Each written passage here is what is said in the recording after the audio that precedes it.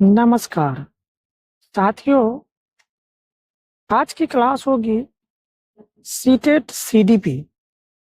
ठीक है, CTET CDP जो आपका 30 नंबर का प्रश्न पूछा जाता है एग्जाम में।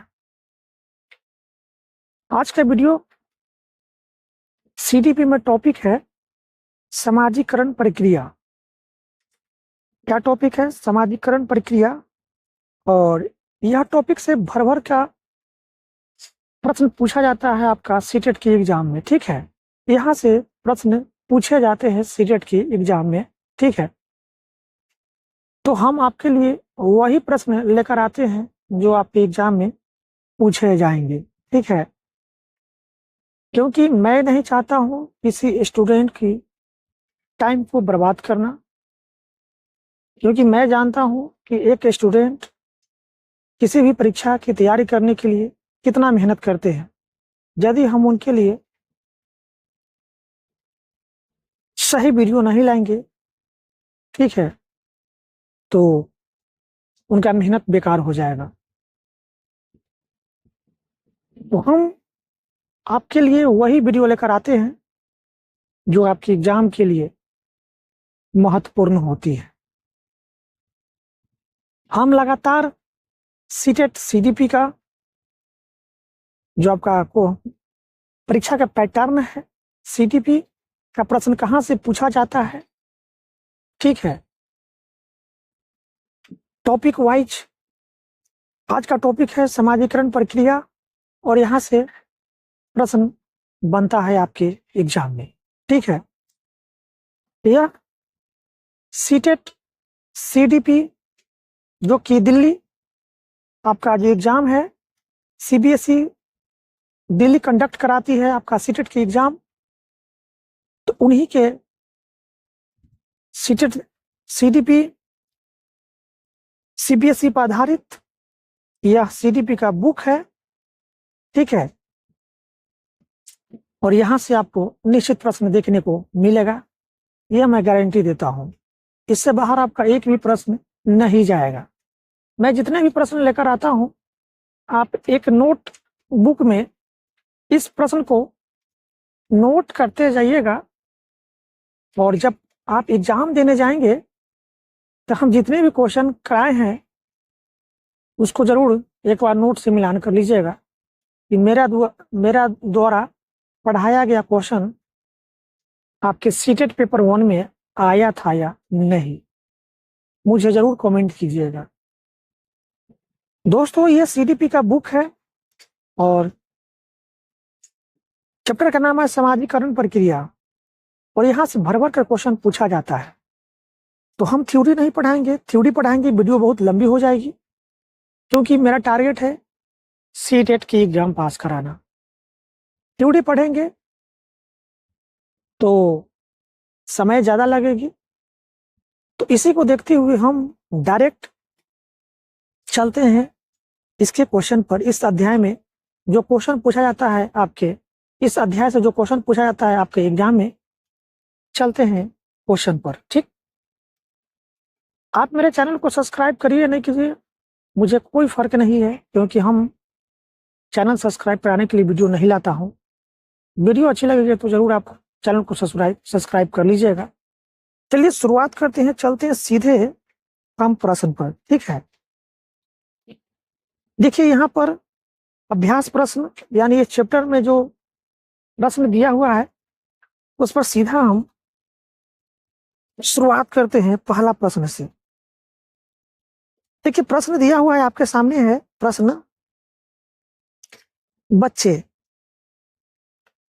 देखिए बच्चे जो होते हैं, बच्चे के बारे में पूछा जा रहा है।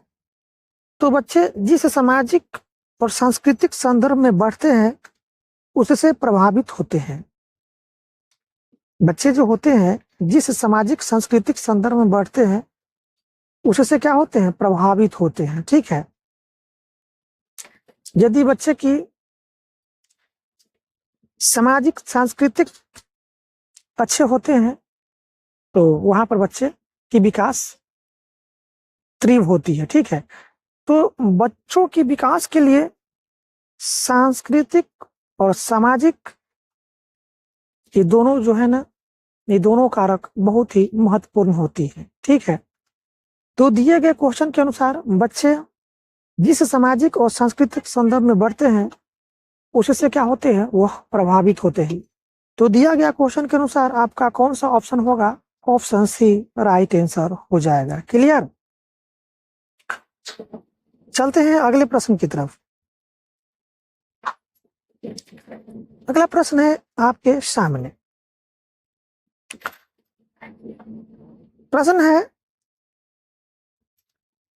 प्रश्न कहता है अपनी कक्षा में विविधता को संभालने के लिए शिक्षक को, देखिए अपनी कक्षा में विविधता को संभालने के लिए शिक्षक को शिक्षार्थियों के सामाजिक और सांस्कृतिक संदर्भों के प्रति संवेदनशील होने की आवश्यकता है। ठीक है, अपनी कक्षा में विविधता को संभालने के लिए शिक्षक को शिक्षार्थियों के सामाजिक और सांस्कृतिक संदर्भों के प्रति संवेदनशील होने की क्या है, आवश्यकता है। तो दिया गया ऑप्शन के अनुसार ऑप्शन सी राइट आंसर हो जाएगा। चलते हैं अगले प्रश्न की तरफ। प्रश्न नंबर 3 है आपके सामने। प्रश्न है कि निम्नलिखित में कौन से समाजीकरण के गौण वाहक हो सकते हैं। निम्नलिखित में से कौन समाजीकरण के गौण वाहक हो सकते हैं। तो देखिए बच्चों के समाजीकरण का प्रथम समाजीकरण होता है आपका परिवार। ठीक है, उसके बाद क्या आता है, विद्यालय और आस पड़ोस। ठीक है, तो समाजीकरण के गौण वाहक है आपका विद्यालय और पास पड़ोस। ठीक है, तो ऑप्शन क्या होगा, ऑप्शन आपका डी राइट आंसर देगा, विद्यालय और पास पड़ोस। चलते हैं अगले प्रश्न की तरफ। प्रश्न की प्रगतिशील शिक्षा के बारे में निम्नलिखित में से कौन सा कथन बताता है शिक्षा स्वयं ही जीवन है। प्रगतिशील शिक्षा के बारे में निम्नलिखित में से कौन सा कथन बताता है शिक्षा स्वयं ही जीवन है। तो इसका राइट आंसर होगा स्कूलों में शिक्षा सामाजिक और प्राकृतिक दुनिया को प्रतिबिंबित करता है। ठीक है, प्रगतिशील शिक्षा के बारे में यह कथन बताता है कि शिक्षा स्वयं ही जीवन है। तो स्कूलों में शिक्षा सामाजिक और प्राकृतिक दुनिया को क्या करता है, प्रतिबिंबित करता है। ठीक है, ऑप्शन आपका क्या होगा, ऑप्शन आपका डी राइट आंसर हो जाएगा। चलते हैं अगले प्रश्न की तरफ। प्रश्न की निम्नलिखित में से किस अवस्था में बच्चे अपने समवयस्क समूह के सक्रिय सदस्य हो जाते हैं। बताइए राइट आंसर क्या होगा। निम्नलिखित में से किस अवस्था में बच्चे अपने समवयस्क समूह के सक्रिय सदस्य हो जाते हैं। तो इसका राइट आंसर होगा प्रौढ़ावस्था। क्या होगा, प्रौढ़ावस्था होगा, ऑप्शन बी राइट आंसर हो जाएगा। चलते हैं अगले प्रश्न की तरफ। प्रश्न है बच्चों की सीखने की प्रक्रिया में माता पिता को डैश भूमिका निभानी चाहिए। बताइए राइट आंसर क्या होगा। तो बच्चों की सीखने की प्रक्रिया में माता पिता को अग्र उन्मुखी भूमिका निभानी चाहिए। ठीक है, बच्चों के सीखने की प्रक्रिया में माता पिता को अग्र उन्मुखी भूमिका निभानी चाहिए। तो यहाँ पर डैश में क्या भराएगा, यहाँ पर डैश में आएगा आपका ऑप्शन बी अग्र उन्मुखी भूमिका। ऑप्शन बी राइट आंसर हो जाएगा, अग्र उन्मुखी। चलते हैं अगले प्रश्न की तरफ।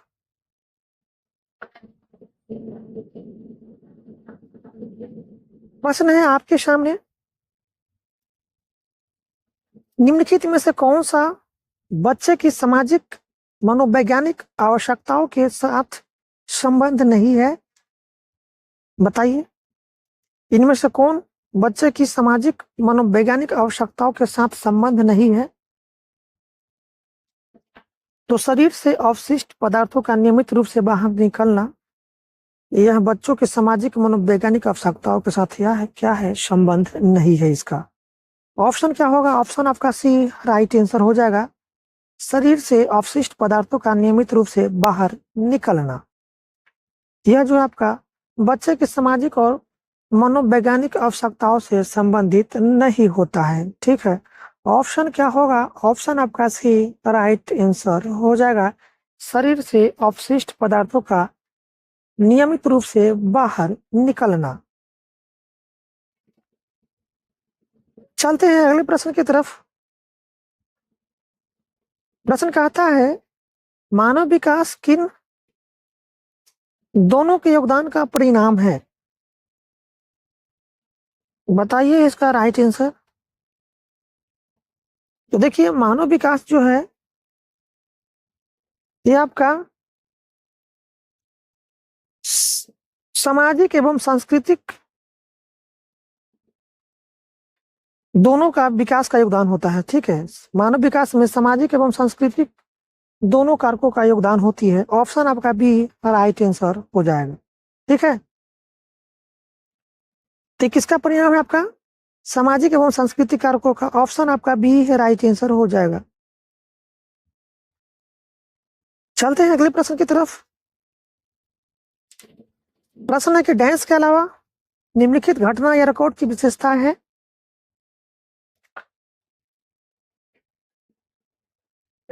यहाँ ऊपर क्वेश्चन नंबर 9 की तरफ चलेंगे। क्वेश्चन नंबर 9 कहता है, कृतिका अक्सर घर में ज्यादा बात नहीं करती है, लेकिन विद्यालय में वह काफी बात करती है। यह दर्शाता है कि उसके विचारों को विद्यालय में मान्यता मिलती है। कृतिका अक्सर घर में ज्यादा बात नहीं करती है, वह विद्यालय में काफी बात करती है। तो कृतिका क्या यह मनोभावना क्या दर्शाती है? तो उनके विचारों को विद्यालय में मान्यता मिलती है, इसलिए कृतिका अक्सर घर में कम बातें करके विद्यालय में काफी बातें करती है। कारण क्या है? तो उसके विचारों को विद्यालय में मान्यता मिलती है। तो ऑप्शन क्या होगा? ऑप्शन आपका डी राइट आंसर हो जाएगा। ठीक है, चलते हैं अगले प्रश्न की तरफ। प्रश्न की शिक्षा के संदर्भ में समाजीकरण से तात्पर्य है। तो देखिए, शिक्षा के संदर्भ में समाजीकरण से तात्पर्य होता है सामाजिक वातावरण में अनुकूलन और समायोजन। ठीक है, शिक्षा के संदर्भ में समाजीकरण से तात्पर्य क्या होता है? सामाजिक वातावरण में अनुकूलन और समायोजन। ऑप्शन आपका डी राइट आंसर हो जाएगा। चलते हैं अगले प्रश्न की तरफ। प्रश्न है कि नर्सरी कक्षा से शुरुआत करने के लिए कौन सी विषय वस्तु सबसे अच्छी है? देखिए, नर्सरी कक्षा से शुरुआत करने के लिए आपका विषय वस्तु सबसे अच्छी है, यह है आपका मेरा परिवार। क्या है? मेरा परिवार। ऑप्शन आपका ए राइट आंसर रहेगा, मेरा परिवार। नर्सरी कक्षा से शुरुआत करने के लिए सबसे विषय वस्तु सबसे अच्छी है आपका मेरा परिवार। ऑप्शन ए राइट आंसर हो जाएगा। चलते हैं अगले प्रश्न की तरफ। प्रश्न है कि निम्नलिखित में कौन सा कथन सत्य है? खेलना संज्ञान और सामाजिक दक्षता के लिए सार्थक होती है। ठीक है, खेलना जो है खेलना संज्ञान और सामाजिक दक्षता के लिए सार्थक है। ऑप्शन आपका डी राइट आंसर हो जाएगा। यह कथन क्या है आपका? सत्य है। चलते हैं अगले प्रश्न की तरफ। अगला प्रश्न है समाजीकरण है। तो समाजीकरण समाज के मानदंडों के साथ अनुकूलन है। ऑप्शन आपका डी राइट आंसर हो जाएगा। समाज के मानदंडों के साथ अनुकूलन क्या होती है? समाजीकरण होती है। ऑप्शन आपका डी राइट आंसर हो जाएगा। चलते हैं अगले प्रश्न की तरफ। प्रश्न है, सीता ने हाथ से दाल और चावल खाना सीख लिया है। जब उसे दाल और चावल दिए जाते हैं तो वह दाल चावल मिलाकर खाने लगती है।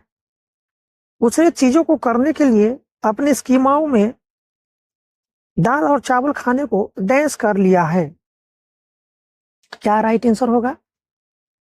तो अपनी स्कीमों में दाल और चावल खाने को क्या कर लिया है? अनुकूलित कर लिया है। ठीक है, ऑप्शन आपका सही है, राइट आंसर हो जाएगा अनुकूलित। चलते हैं अगले प्रश्न की तरफ। प्रश्न है कि सबसे अधिक गहन और जटिल समाजीकरण है। तो सबसे अधिक गहन और जटिल समाजीकरण है आपका किशोरावस्था के दौरान। ऑप्शन आपका ये राइट आंसर हो जाएगा किशोरावस्था के दौरान। चलते हैं अगले प्रश्न की तरफ। अगला प्रश्न है आपके सामने, प्रश्न नंबर 17 है, डैश के अलावा निम्नलिखित घटना या रिकॉर्ड की विशेषता है। तो यह व्यवहार का व्यक्तिनिष्ठ साक्ष्य है और इसलिए यह शैक्षणिक क्षेत्र के लिए प्रतिपुष्टि उपलब्ध नहीं कराता है। ऑप्शन आपका बी राइट आंसर हो जाएगा। ठीक है, डैश के अलावा निम्नलिखित घटना रिकॉर्ड की विशेषता है, तो यह व्यवहार का व्यक्तिनिष्ठ साक्ष्य है और इसलिए यह शैक्षणिक क्षेत्र के लिए प्रतिपुष्टि उपलब्ध नहीं कराता है। ऑप्शन आपका बी राइट आंसर हो जाएगा। चलते हैं अगले प्रश्न की तरफ। अगला प्रश्न है, समाजीकरण में सम्मिलित है सांस्कृतिक संचरण और डैश। तो समाजीकरण में सम्मिलित है सांस्कृतिक संचरण और व्यक्ति का व्यक्तित्व विकास करना। ठीक है, ये आपका समाजीकरण में सम्मिलित है। ठीक है, ऑप्शन आपका बी राइट आंसर हो जाएगा व्यक्ति का व्यक्तित्व विकास करना। चलते हैं अगले प्रश्न की तरफ। अगला प्रश्न है आपके सामने, प्रश्न नंबर 19 है कि जनसंचार माध्यम समाजीकरण का एक महत्वपूर्ण माध्यम बनता जा रहा है। तो जनसंचार माध्यमों की पहुंच बढ़ रही है और जनसंचार माध्यम अभिवृत्तियों, मूल्यों और विश्वासों को प्रभावित करता है। ऑप्शन आपका बी राइट आंसर हो जाएगा। जनसंचार माध्यम समाजीकरण के एक महत्वपूर्ण माध्यम है और यह बनता जा रहा है। जनसंचार माध्यमों की पहुंच बढ़ने से और जनसंचार माध्यम अभिवृत्तियों, मूल्य और विश्वासों को क्या करता है? यह प्रभावित करता है। ऑप्शन आपका भी राइट आंसर हो जाएगा। चलते हैं अगले प्रश्न की तरफ। प्रश्न है कि निम्नलिखित में कौन सा समाजीकरण का एक प्रमुख कारक है। तो समाजीकरण का प्रमुख कारक है आपका परिवार। ठीक है, समाजीकरण का एक प्रमुख कारक है परिवार। ऑप्शन डी राइट आंसर हो जाएगा परिवार। चलते हैं अगले प्रश्न की तरफ। प्रश्न नंबर 21 है आपके सामने। प्रश्न करता है कि समाजीकरण की प्रक्रिया में शामिल नहीं है तो अनुवांशिक संचरण, यह समाजीकरण की प्रक्रिया में शामिल नहीं है। ऑप्शन बी राइट आंसर हो जाएगा अनुवांशिक संचरण। अगला प्रश्न है आपके सामने। प्रश्न है कि निम्नलिखित में से कौन प्रारंभिक बाल्यावस्था अवधि के दौरान उन भूमिकाओं एवं व्यवहारों के बारे में जानकारी प्रदान करते हैं जो एक समूह में स्वीकार है। तो है आपका माता पिता एवं भाई बहन। ऑप्शन क्या होगा? ऑप्शन आपका डी राइट आंसर होगा माता पिता एवं भाई बहन। ठीक है, इनकी जो है प्रारंभिक बाल्यावस्था अवधि के दौरान महत्वपूर्ण भूमिका होती है। किनका? माता पिता एवं भाई बहन का। ठीक है, तो ऑप्शन आपका डी राइट आंसर हो जाएगा। प्रारंभिक बाल्यावस्था अवधि के दौरान उन भूमिकाओं एवं व्यवहारों के बारे में जानकारी प्रदान करते हैं जो एक समूह में स्वीकार है। तो एक समूह में स्वीकार है आपका माता पिता एवं भाई बहन। ऑप्शन डी राइट आंसर हो जाएगा। चलते हैं अगले प्रश्न की तरफ। अगला प्रश्न है, निम्नलिखित में कौन सा बच्चों के समाजीकरण के प्रगतिशील मॉडल के संदर्भ में सही नहीं है? ऑप्शन क्या होगा? ऑप्शन आपका बी राइट आंसर होगा। बच्चे विद्यालय में बताई गई बातों को स्वीकार करते हैं चाहे उनकी सामाजिक पृष्ठभूमि कुछ भी हो। ठीक है, ऑप्शन आपका बी राइट आंसर हो जाएगा। बच्चों के समाजीकरण के प्रगतिशील मॉडल के संदर्भ में सही है, सही नहीं है, सही नहीं है। तो बच्चे विद्यालय में बताई गई बातों को स्वीकार करते हैं चाहे उनकी सामाजिक पृष्ठभूमि कुछ भी हो। यह क्या है आपका? प्रगतिशील मॉडल के संदर्भ में सही कथन नहीं है। ऑप्शन बी राइट आंसर हो जाएगा। चलते हैं अगले प्रश्न की तरफ। अगला प्रश्न है आपके सामने, समाजीकरण एक प्रक्रिया है। तो समाजीकरण एक प्रक्रिया है मूल्य, विश्वासों तथा अपेक्षाओं को अर्जित करने की। ऑप्शन ए राइट आंसर हो जाएगा। यह क्या है? समाजीकरण की एक प्रक्रिया है। ठीक है, ऑप्शन क्या होगा? ऑप्शन ए राइट आंसर होगा, मूल्य, विश्वासों तथा अपेक्षाओं की अर्जित करने की। और ये लास्ट प्रश्न है आपका इस चैप्टर का। प्रश्न निम्नलिखित में कौन सी समाजीकरण की निष्क्रिय एजेंसी है? तो सार्वजनिक पुस्तकालय जो है ना, यह समाजीकरण की निष्क्रिय एजेंसी है। ऑप्शन डी है राइट आंसर हो जाएगा। तो दोस्तों, इस तरह से समाजीकरण की प्रक्रिया, यह जो चैप्टर था आपका सीटेट सीडीपी का, यहां से भर भर का प्रश्न पूछता है आपके एग्जाम में सीडीपी से। ठीक है, सीडीपी में यहां से भर भर के प्रश्न पूछता है आपके सीटेट के एग्जाम में। तो दोस्तों, हम आपके लिए वही वीडियो लाते हैं जो आपके एग्जाम के लिए हेल्पफुल होती है। मैं भी क्वेश्चन को एनालिसिस करता हूं, उसके बाद मैं आपके सामने लेकर आता हूं कि कौन सा क्वेश्चन आपके एग्जाम में पूछा जाएगा। ठीक है, तो वीडियो अच्छी लगी तो वीडियो को अधिक से अधिक अपने दोस्तों में शेयर जरूर कीजिएगा। चैनल पर नए आए हैं तो चैनल को जरूर सब्सक्राइब कर लीजिएगा। ठीक है, फिर मिलते हैं सीटेट सीडीपी की नेक्स्ट टॉपिक के साथ। वीडियो देखने के लिए आपका बहुत बहुत धन्यवाद।